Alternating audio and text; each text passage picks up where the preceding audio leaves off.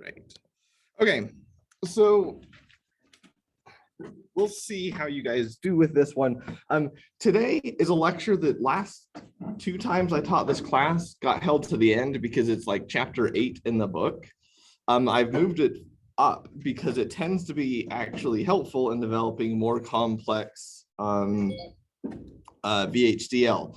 And so what this is, they call it additional topics in VHDL. And really what it is, it's kind of how we start treating VHDL a little bit more like a traditional programming language. So we're going to talk about things like functions. How do you write a function in VHDL? And that's where we will start.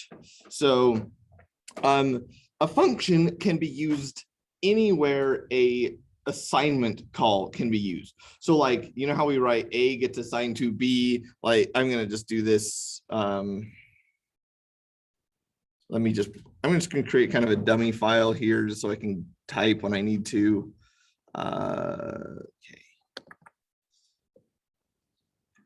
Sources, where's the button that I need?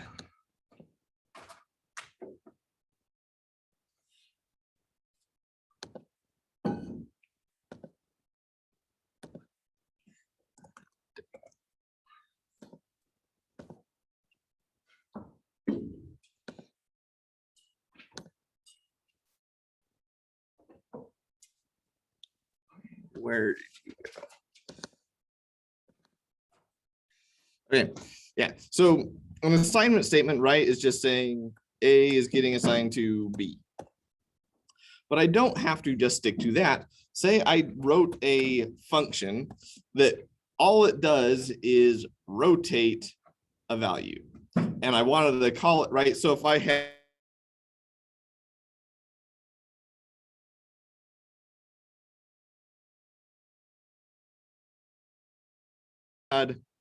the value 11010,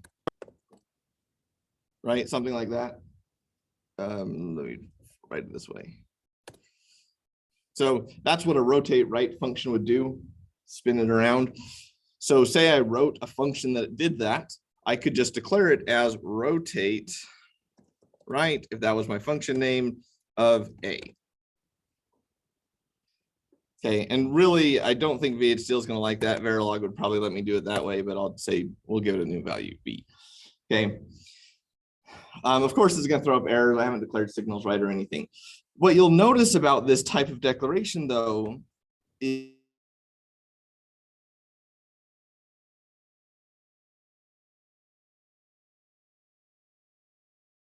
how to return one value. And you do that using a return statement. So like if you're writing in Python or something, right, you can, or MATLAB, whatever you're familiar with, you can output multiple values from one function. You don't do that in VHDL. So the example that I'll pull up real quick is nice and easy, right? We talked about parity last time, I believe. So what parity is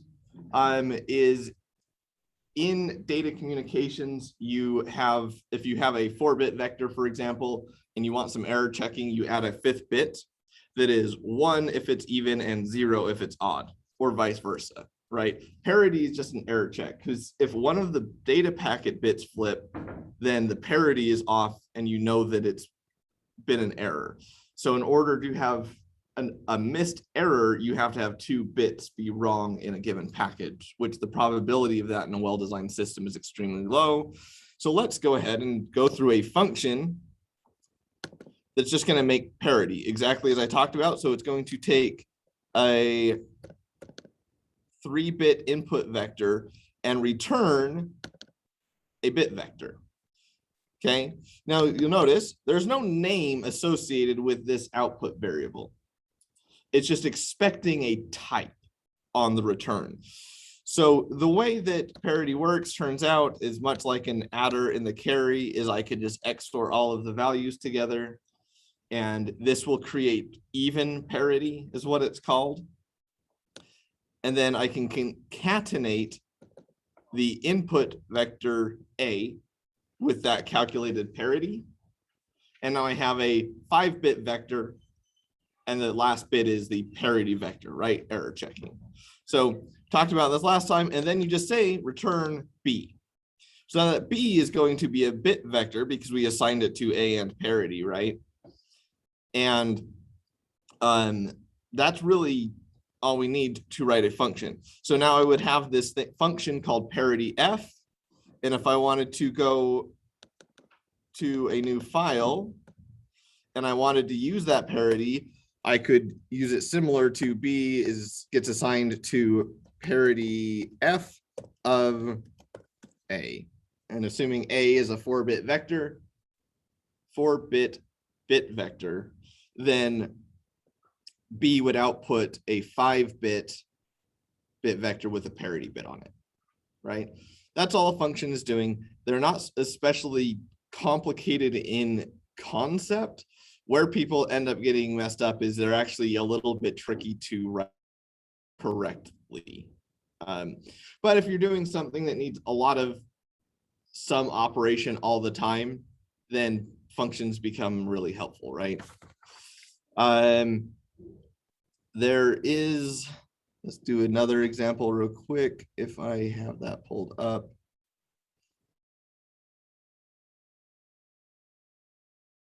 PHDL every time you want to use it, essentially? Was there a way to kind of import a function from another PHDL? I am actually not familiar with a way to import a function, but I think you can by writing, and we might go over this later. I didn't teach it last year, but depending how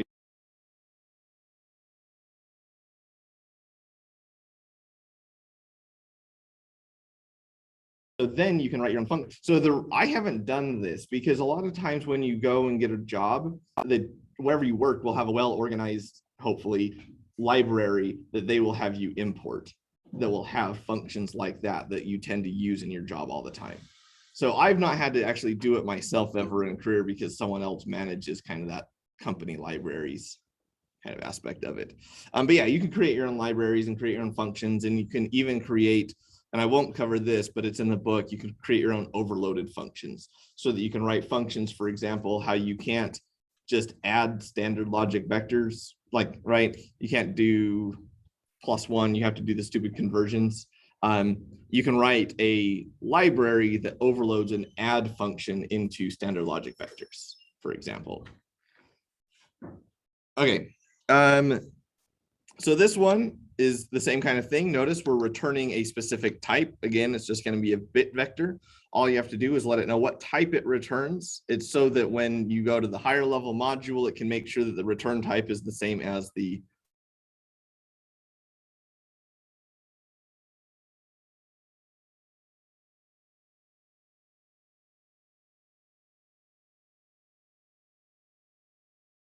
bit, and then it's going to turn a bit vector that's going to be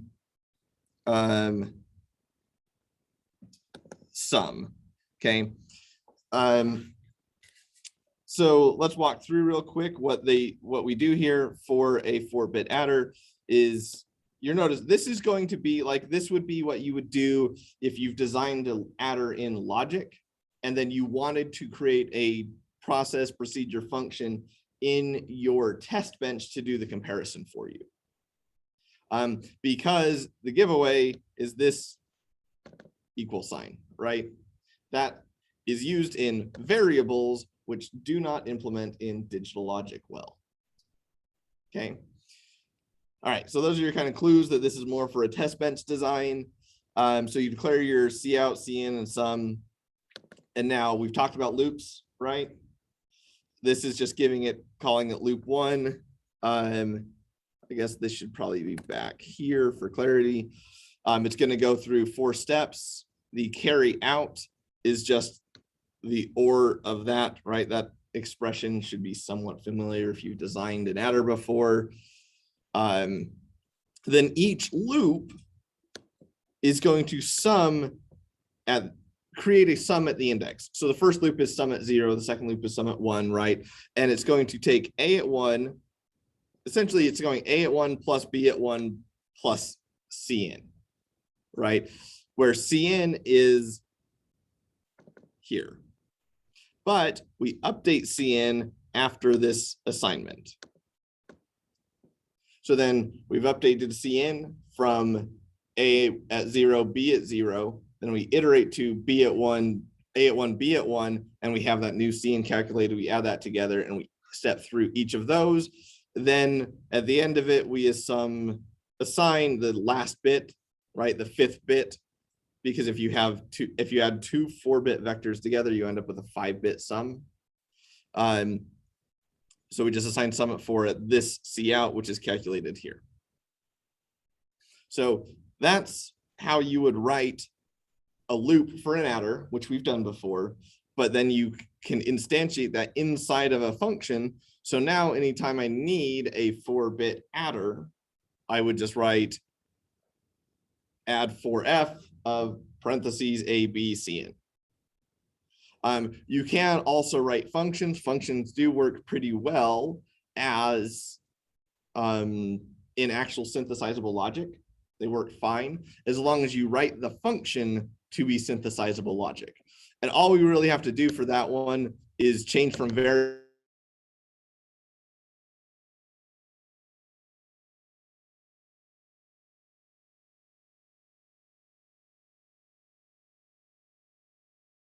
combinational blocks, right? That you hope. It could actually be a lot worse than that. It could make a loop, and that would create a lot of memory. It would take a lot of space on your FPGA. Okay. This one is a little bit funny because if you were to go and run this, what's the simulation time? How long would this take? How much time does this step take?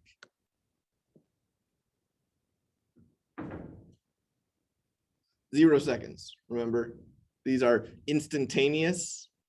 So it takes no time for this loop to run because there are no delays in here. So it just runs through instantly if you were to look at this in simulation.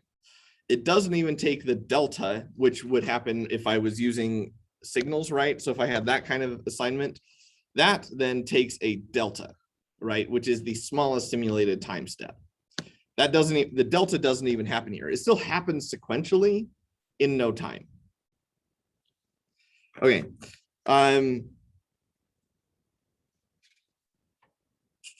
Yeah.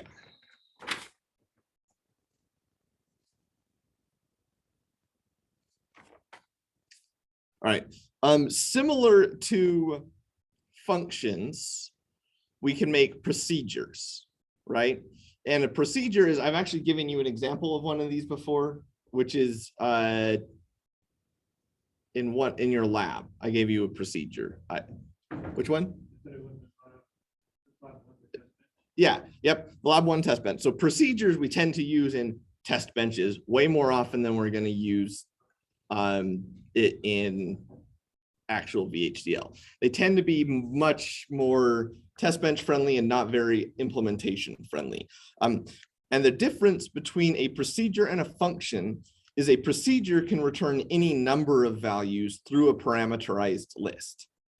So functions return one value through this return line, line 22, return sum. So that way, when I just write A is equal to function of whatever, right, it gets that return value. Whereas the parameterized outputs of a procedure can be more than one. So it doesn't have to just be an assignment statement, right? So when you use the procedure that I gave you, you didn't write A is equal to whatever the output of parameter is because the procedure generated that value for you. So for example, okay, and the other one is these parameters that you output can be pretty much anything, right? They can be signal,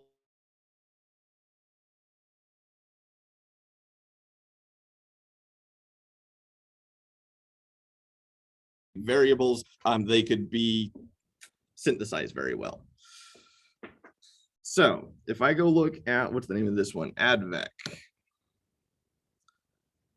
So it just wants to add two vectors together, is all it's going to do.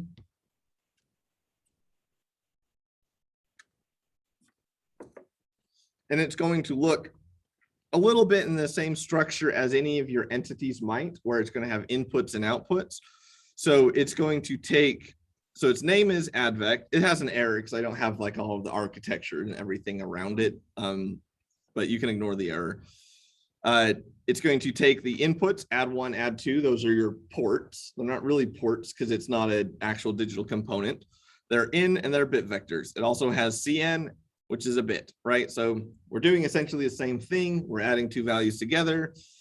And then we're going to make the signal called sum inside the procedure. It's going to be our output of a bit vector, and we're also going to have a signal called cout that's an output. Now, this is a little bit interesting, right? So we're telling it that it is specifically a signal, which is a little bit different than a port, right? Because a port, we don't have to say this port is a signal, because the port creates both a port and a signal that can be used internally. Here we have to specify that because the procedure is different than your typical entity. Okay, and then N is going to be an input called positive. Positive just means it's an integer type. That's all this means. We don't really use this type because I have you guys write everything in standard logic because that's really more what you'll be doing professionally. But the book example is just going to use the positive, and then they create a variable C to be used internally, okay? This is necessary because they're updating C inside of this loop. And since C is an input, if C were to be an input, it would cause problems because you'd have one signal assigning the input and then this one internally, line 11, trying to update that input, and you'd get that error of dual driven. So we create this intermediate variable C, we assign C to Cin, and then we enter our loop. Notice that this loop can be of varying size. It is using this input N to determine how many times to loop through. Notice that the input vectors are of indeterminate size. So this is a very generic, we can add any size of bit vectors as long as we tell it with N how big they are. Again, very useful for test benches, not useful for actual digital logic.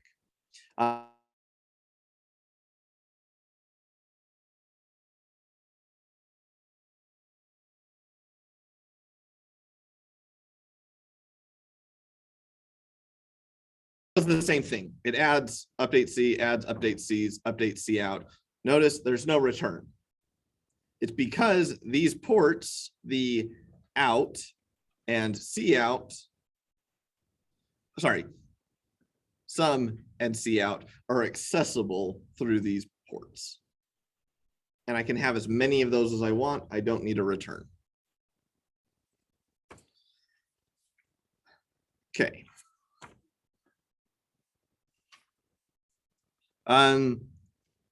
This is kind of a smattering of topics that's updating. This is all chapter 8. So if you need to go back and look at this, that's fine. I am recording supposedly, so I should also be able to upload this. I don't know how good the recording is, but I think it's good enough. I've looked at them before, but it's been a while.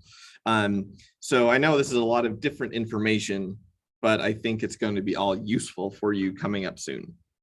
So the next thing that we're going to talk about is attributes. So we've seen one type of attribute before where if you've looked at any of the book examples, I use if rising edge of clock. They don't use that, right? They use if like clock tick event and clock equals 1, right? That's their equivalent to if rising edge of clock. Okay. This is page 395, so that's about 403.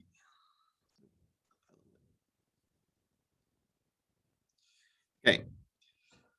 So here are some of those events and attributes and what they do. So the tick or apostrophe is giving you access to a signal's attributes. So for example, stick active is true if a transaction has occurred during the current delta.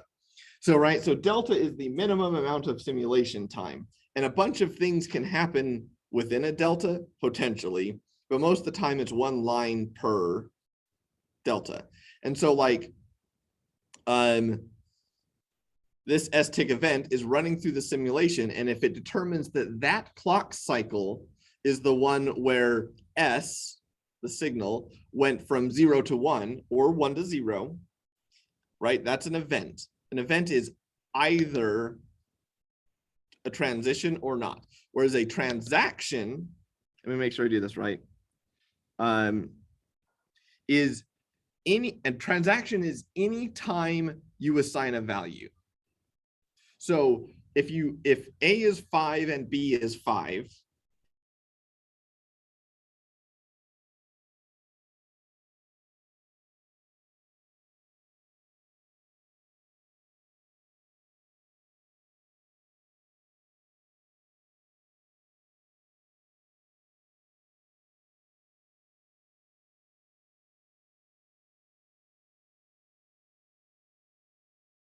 time elapsed since the previous event on S. Is STIC last event synthesizable? No. Why? Exactly. Time is not real in a synthesized design. So this again, this one specifically is useful for debug, but is not useful for synthesis. Tick event and tick active both can be synthesized. So you have to be careful making sure that whatever you're writing in your synthesizable code is actually synthesizable. Generally, you'll get a warning. Sometimes you'll get an error, but make sure you keep track. STIC last value. What is the value of the signal S before the previous event on S? Right? So this is one way that you could use that to compare to, okay, so it updated, what was its previous value? So this vector updated, what was the old one? Do a subtraction, for example. Very useful for debug, can be synthesized. STIC last active, it mentions time is a problem, right? But it's useful for debug because it can report to you how long has it been since a transaction has occurred. Again, a transaction is any time a statement is evaluated. So this can be used to like update a state machine, for example, pretty easily to be like, is it getting stuck somewhere and how long does it get stuck? Okay. You also have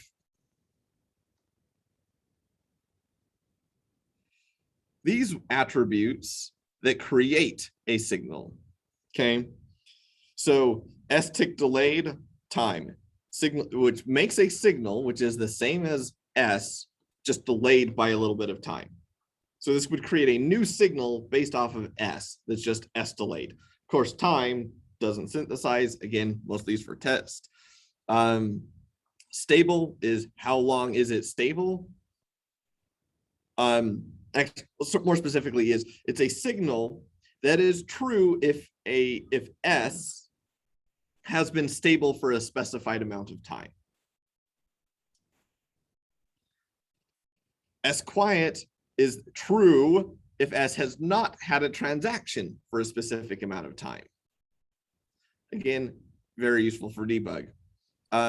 S transaction is the type of bit that changes for every transaction on S. So every time S gets the signal gets assigned to something, a transaction, it toggles. Okay. So this can tell you when is it getting updated, and you can put it on your nice little waveform and you can try and use that to identify when is your problem.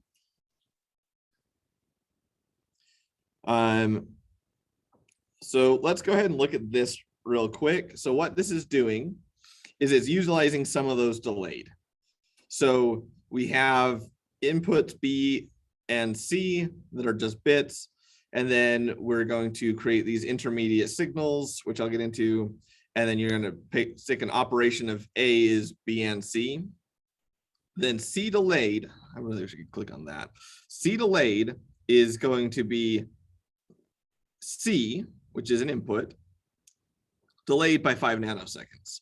So here, down here, we have C. and it's 0, 1, 0, 0, 1, 0. C delayed is delayed by 5 nanoseconds. It's the same thing, delayed 5 nanoseconds, right? That's the kind of waveform that you can use. And if you're trying to figure out, for example, timing, like you're not sure if you're meeting timing, say, okay, well, this signal might be delayed by a little bit. You can create a new signal, use that as an input to something and figure out if that's causing your timing issue. Let's look at stable, A tick stable. So A is 0 for a long time and then goes 1. So A stable is high for a long time. I guess they're assuming that A has been zero forever. So it's stable, stable, stable. Then when A changes here at 40 nanoseconds, it's no longer stable,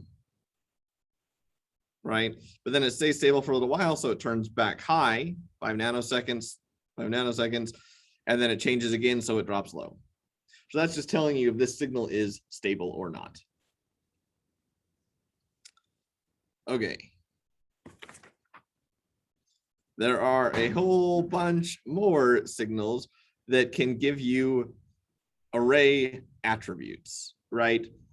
So this is similar to how if you're in Python or some other language where you can write size of vector, right, and get that type of thing. So this is a tick left of some vector, or a tick left n, which is the left bound of the nth index range. So if I wanted to take a ROM and get left at 1, its index range is 0. This is tightly tied to the size, right? Okay.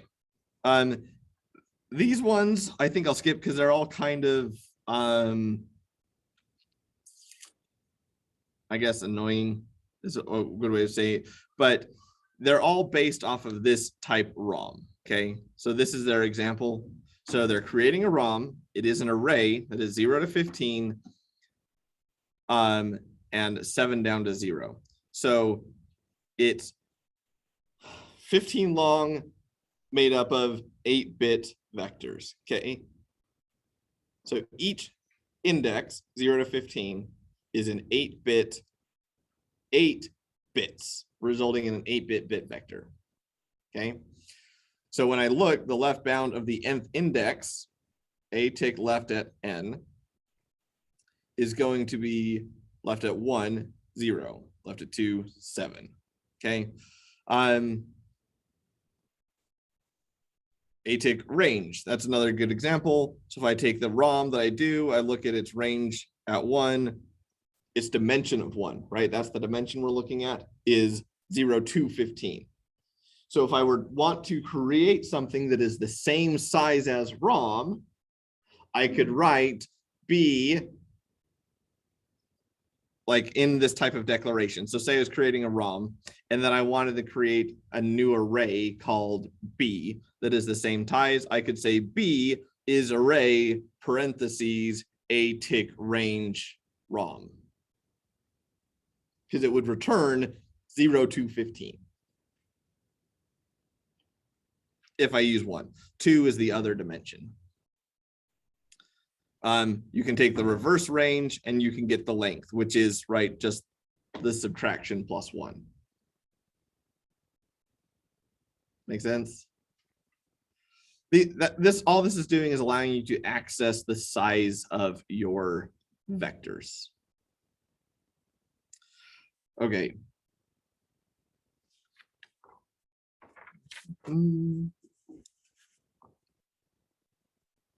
Actually, I think I can skip that one.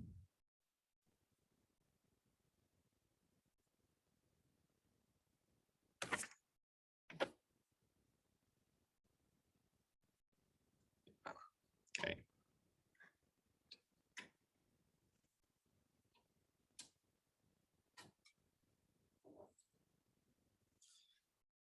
So here's just a different version of that add vector that we already went over to, right? So we're just showing a bunch of ways to do the same type of thing.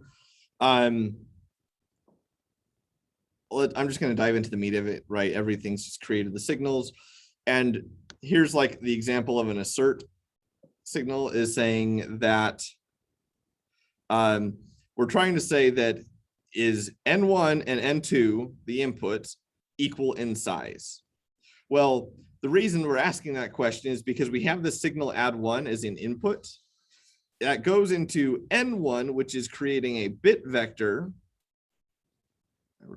here that is add1 tick length -1 down to 0, right? So they're using, instead of using the leftmost bit, which they could do, they just use length and then down to 0, making an intermediate signal N1 that is same size as add1. So that's where these kind of things come in useful, is if I need to make new signals inside of a process, procedure, function, whatever, of the same size of a variable sized input, these attributes are really useful. So instead of having to write a different procedure for every size of adding vector, I can make it variable. That's what this is doing. And the rest of this is the same thing, right? The S-tick reverse is just going to return instead of 7 down to 0, it'll be 0 to 7 and then loop over that. So it creates a count up from 0 to however long it is. This is a really useful example if you're trying to design some of your automated stuff or in any variables, and it's page 398.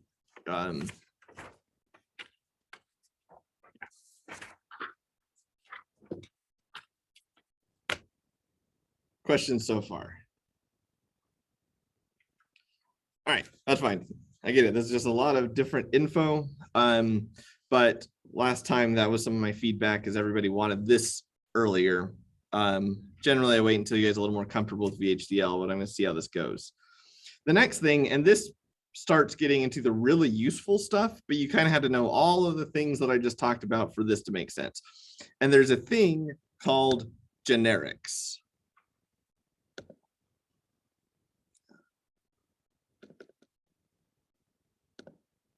Here we go. Okay. So let's say we wanted to create an entity like an adder, or in this case, a NAND gate that is variable size. So the big example, and I think this will end up in your homework, is I want to create adders all the time. Now, fortunately for us in modern VHDL, it's pretty easy that if we just write the code, it will be pretty good at creating an adder. It kind of used to be that you had to make sure that your code was written that it would implement optimally. So basically what I'm saying is optimizers have gotten a lot better, but it can still be useful and as an example, because you might need variable sized of various components, like a variable sized FFT. You could extrapolate to that. But what you need to do is create something that it knows how big to make it. So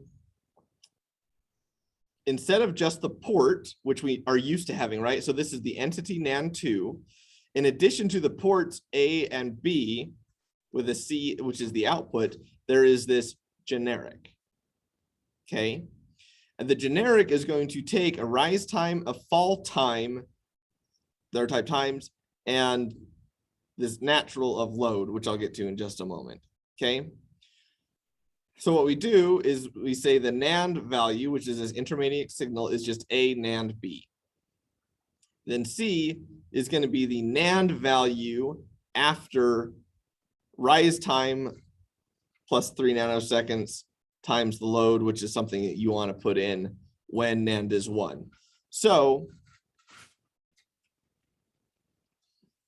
sorry, let me take a drink.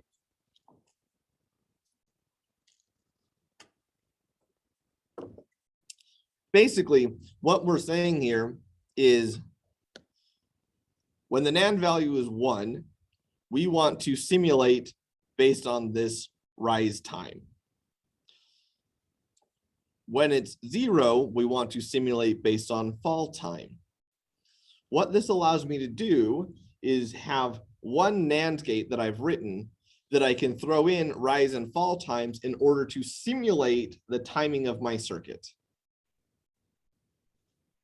So I don't have to go back and write different NAND gates every time that I want to simulate something with different delays. I just have to put in these generics. I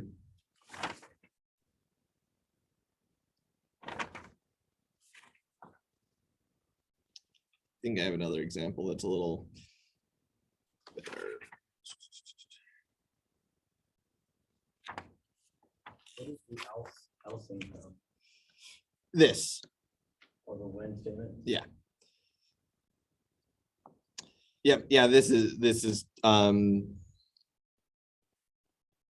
shoot, I can't remember the term right now, but it's basically an if else, but the shorthand version of it that works in combinational logic, right? Because there's a couple different ways. There's like 5 different ways that you can essentially write an if else in VHDL, but you can't use if else in combinational logic. You can do this. So do you not need the, sorry, No, go for it. the end if or end else? Well, no, the reason that you don't need the else is because the type of C is bit. So we have enumerated all possible outcomes because a bit type can only be 0 or 1. If I was using standard logic, I would have to account with an else for what if it's undefined or dual driven or any of those types of things. This one, I've enumerated all the types, therefore I don't need an if or an else. It's just like your state machine is if you're using 2 bits. So basically, if you have 4 states, you don't need an else in the case, or in others when others. If I am using 5 states, I do need, because that means there are 3 bits in my case or in my state machine for each state, and there's going to be 3 unused ones. Make sense? But when you have an else, you don't need the end if. If and only if. If it's called by when. No, you only don't need the else like is, well, this else covers it, but you can avoid it. Oh, I see what you're saying, just the end if. I was thinking you're talking about different. No, because there's no if. Yeah, this is really treated like this statement where it's all on one line. It's just returned for readability. That's why there wasn't a Yeah. semicolon. Yeah. So it's all essentially one line that wraps around and says this when this else that.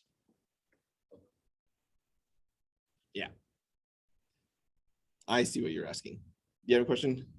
Yeah, so is this T-rise plus 3 nanoseconds? Is that like kind of like the setup time the whole time for the clock? Kind of. They're not really worried about the setup and the setup and hold time derived from this. This is your requirements. Is how long are these rise and fall times essentially correspond to setup and hold time.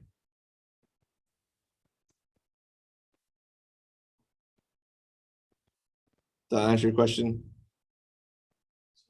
Okay. Yeah, so this would be these rise times would how we would simulate if we were going to meet our setup and hold times, is by setting the rise and fall plus the propagation delay, is what that is. Okay, then we come down here, let's create this NAND test. And this is how you would declare that component, okay? Where you're going to say, hey, this component NAND2 exists. It has both generic ports and regular ports. Their default for T-rise is 3 nanoseconds. Their default for T-fall is 2 nanoseconds. And the load is just going to stick at 1. Okay. And then we jump down here to the instantiation, right? Declaration, instantiation. Make sure you remember both of those terms. Make sure you do both of those when you're writing your VHDL. Now we have U1 and U2. They're both NAND gates. We could compare how they behave. Notice that in the NAND 2 with U2, there's only a port map. There is no generics. It's because I don't have to declare those generics in this instantiation, so long as I gave in them default values here in the declaration, right? So if I don't say there's a generic map, it just will default to these generics and everything is fine. For U1, it's called out explicitly. There's a generic map, just like there's a port map, and we can throw those values in, replacing this 3 nanoseconds with 2 nanoseconds. So it's variable, okay? That's really all there is to generics until we combine them with the most useful of all, which are generate statements. And so I don't think I've written this one yet, unfortunately. So I have to go to the book, page 415.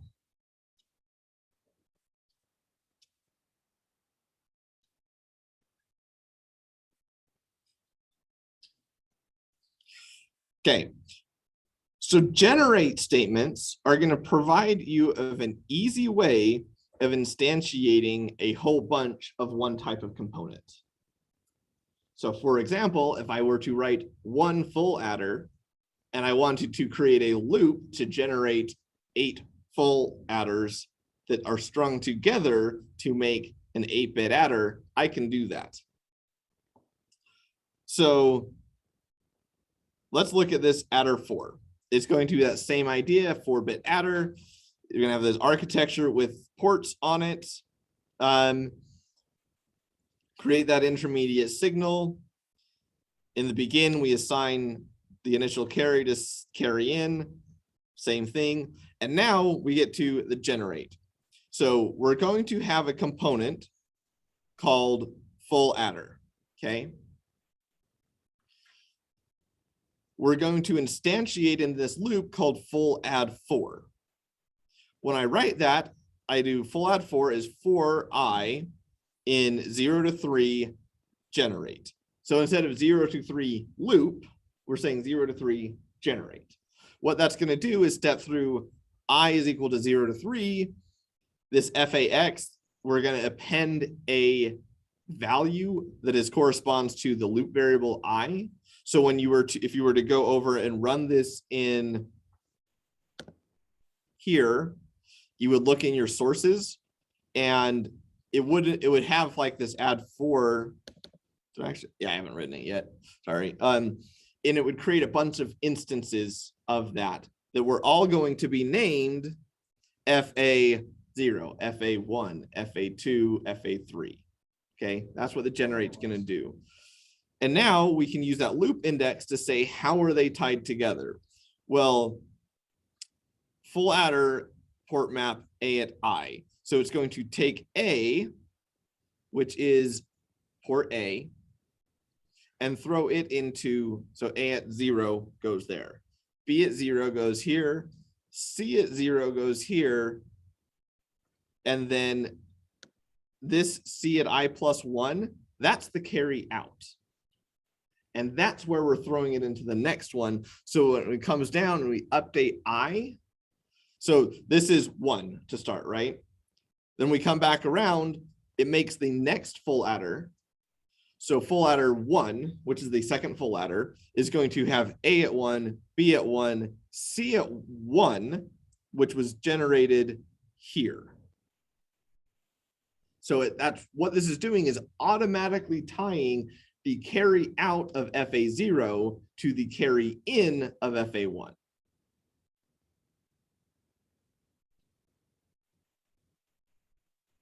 Does everyone see why that's happening? Okay. And then it just assigns sum.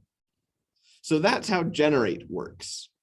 Now what's cool, and I think I have you do this in the homework that I'll assign, is you can combine those generate statements with generics and write a generate loop that takes a generic input and generates an n-bit full adder. So however many I want, I just say 8, and I put that into a generic, and then I loop from I to n, and I generate it.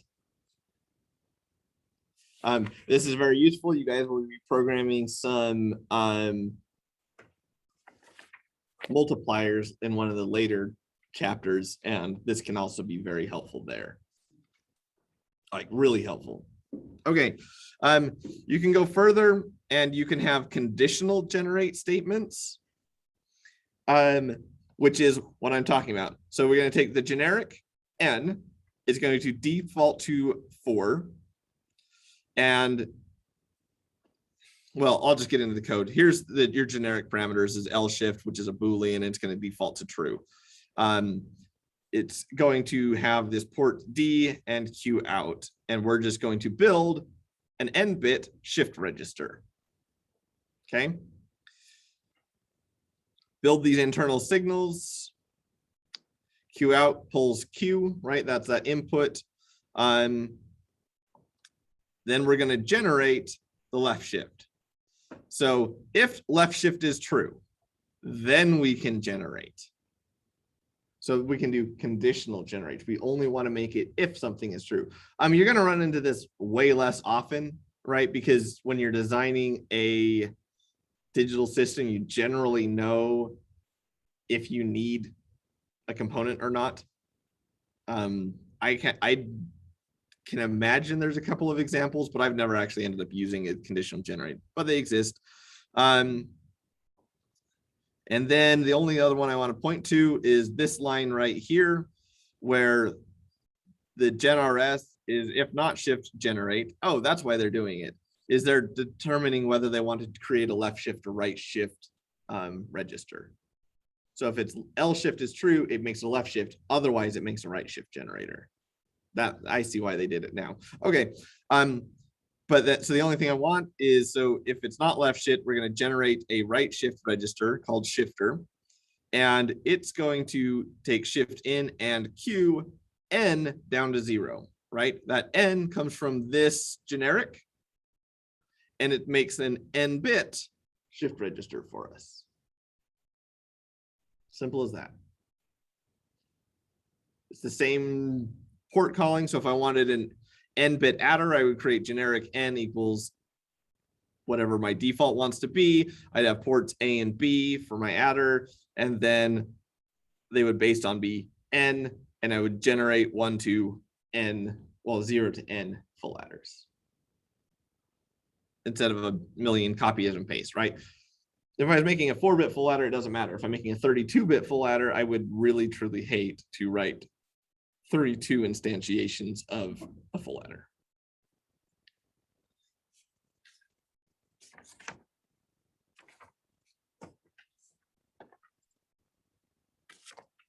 Okay. That's all I have for today. It's just my later semester lectures, I usually try and time to end early because everybody likes to have a little extra time to work on their projects. So I will let you guys do that. If anyone has questions, I'm pretty sure I have reserved that lab, so we can even bounce over there if you need a computer. So there's 25 minutes left of lecture still. So I'm not going to run out on you. I will hang out either here or there and help answer any questions you guys might have on the project. And if there's any questions here, I can answer those now, obviously.